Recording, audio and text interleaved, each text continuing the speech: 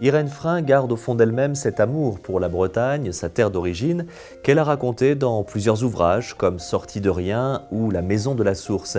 Mais elle aime aussi l'aventure, le voyage, le dépaysement, l'ailleurs. Elle l'a prouvé avec Quai des Indes ou La forêt des 29.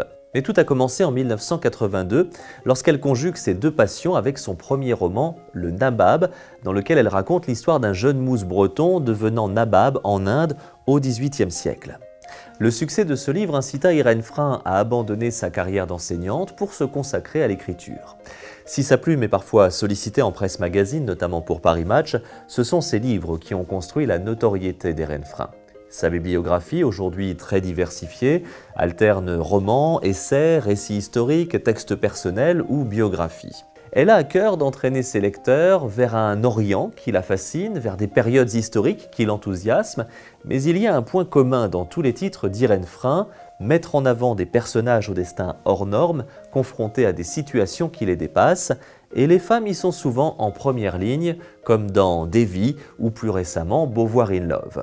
Aussi, lorsque l'on découvre que le nouveau livre d'Irène Frein concerne Marie Curie, cela sonne comme une évidence. Mais si la femme scientifique est célèbre, on connaît moins sa vie privée. Et c'est ce qu'évoque Irène Frein dans Marie Curie prend un amant, lorsque celle-ci, devenue veuve après le tragique accident de Pierre Curie, tombe amoureuse de Paul Langevin, l'ami de toujours. Mais dans la France bien pensante du début du XXe siècle, face à une presse qui découvre le pouvoir du scandale, être la maîtresse d'un homme marié ne passe pas, surtout quand on est la veuve d'un prix Nobel encensé par toute une nation. Construit comme une enquête avec force détail pour placer les personnages, des situations, reconstituer les faits, voilà un récit qui se lit pourtant comme un roman. L'histoire d'un amour impossible sur fond de radium et de physique. Marie Curie prend un amant, c'est le nouveau titre d'Irène Frein. Le livre est publié aux éditions du Seuil.